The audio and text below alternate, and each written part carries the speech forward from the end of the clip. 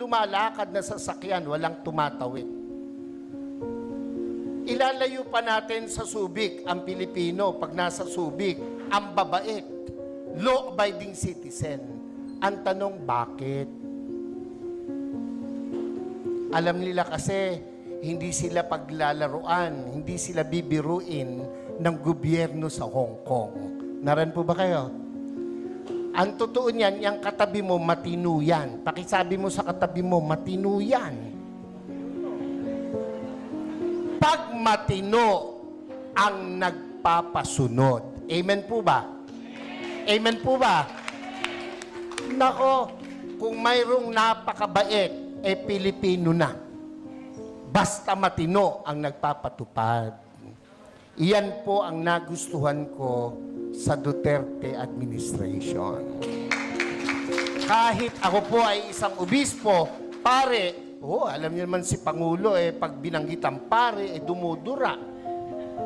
Hindi naman ako kasali doon. Ang katwiran ko, hindi naman lahat. Hindi ako kasali doon. Binabanggit ng Pangulo, pera si Bishop Perez. Naran po ba kayo? Ba't ako masasali? Kapogi kong ito.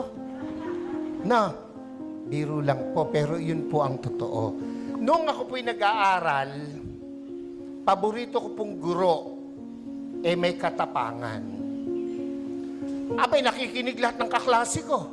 Pag ang guro ay napakabait, naglalaro yung mga klase ko. Walang matutunan. Nakuha niyo po bang ibig kong sabihin? Sigurado, ang mabait, ang pinsang buo, katangahan.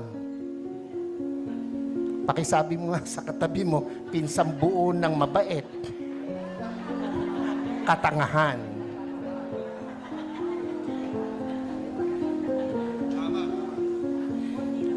Ako po ay isang professor din by profession. Isa po ako sa kinatatakutan ng mga estudyante. Pag ako po'y naglalakad sa koridor, nauubos ang estudyante. Pag pumasok ako sa pintuan, tahimik para mga pinitpit na luya ang mga bata. Pero isa lang ang aking sinisigurado, may matututunan ang mga bata sa akin. Kaya po, ako ay kinatatakutan pero pinakamamahal ng mga estudyante. Naran po kayo. Naran po kayo. Ako po'y nangangarap na ang Duterte mabalik. Yung mga hindi pumalakpak, bahala kayo. Naran po kayo. Pansinin nyo, noong panahon niya na nakaupo, mga politiko'y takot na gumawa ng mali. Pati pulis, pati sundalo, takot. Aba, biglang, anong nangyari? Ngayon ang mga kurakot mga nakaupo. Naran po kayo? Ako, tayo hindi pinanganak kahapon. Alam natin yan. Bakit ang isang obispo ay sumusuporta sa ganito? Aba, hindi masamang mangarap ng pag-unlad ng pagkakaisa sa bansa natin. Kung hindi tayo magsasalita at kikilos, kung hindi tayo magpapakita ng puwersa, ng lakas, sino ang gagawa nito? No, kung palakpak lang, hindi mo magawa, lalo na sa rally, hindi mo kaya. Yung makasigaw ng Amen! Oy, yan yung matatapang. Yung mga hindi nakikain lang yun. Yung mga ganon, kumain lang yun ng kanin at ulam kanina. Nakalimutan na. Hindi. Dapat, ito ang tandaan nyo. Ang buhay natin, minsan lang.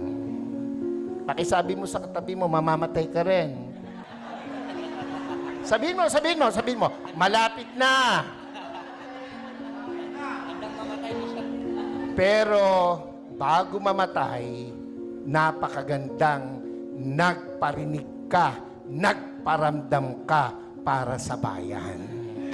Yun ang pinakamahalaga sa lahat. Amen po?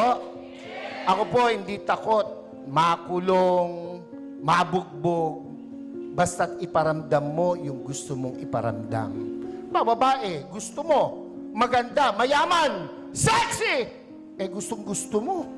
Sa tuwing nakikita mo, nagpupunta ka ng kubeta. Hanggang kubeta ka na lang. Hindi ka magtatapat, hindi ka magpaparamdam. Pag dumaan na ganun, simulan mo sa kindat. Simulan mo sa dila. Hanggang sabihin mo, crush kita. Hindi ka man tanggapin, at least nagparamdam ka.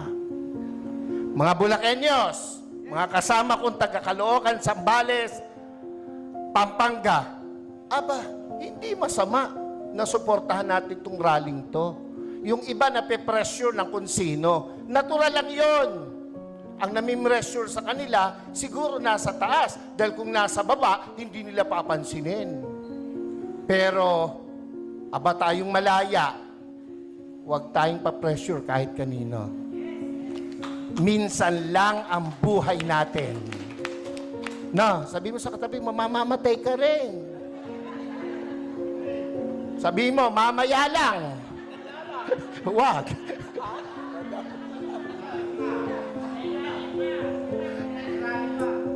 Dapat iparinig natin, iparamdam natin ang ating saloobin. We are not against the government. Never. I never will. Lalo po ako. Nakapula nga ako eh. Naran ba kayo? Pero, kailangan nilang makita, kanilang dapat marinig, ang dapat makita at marinig. Gera? Handa ba ang Pilipinas sa gera? Ha? Kurutan man talo tayo sa kurutan. Ilan ang bilyon ang Chino, ilan tayo. Panuntukan, talo tayo. Huwag nilang gawing issue yan at hindi mangyayaring magkagera. Pilipino pa, subukan nila rito, talo sila.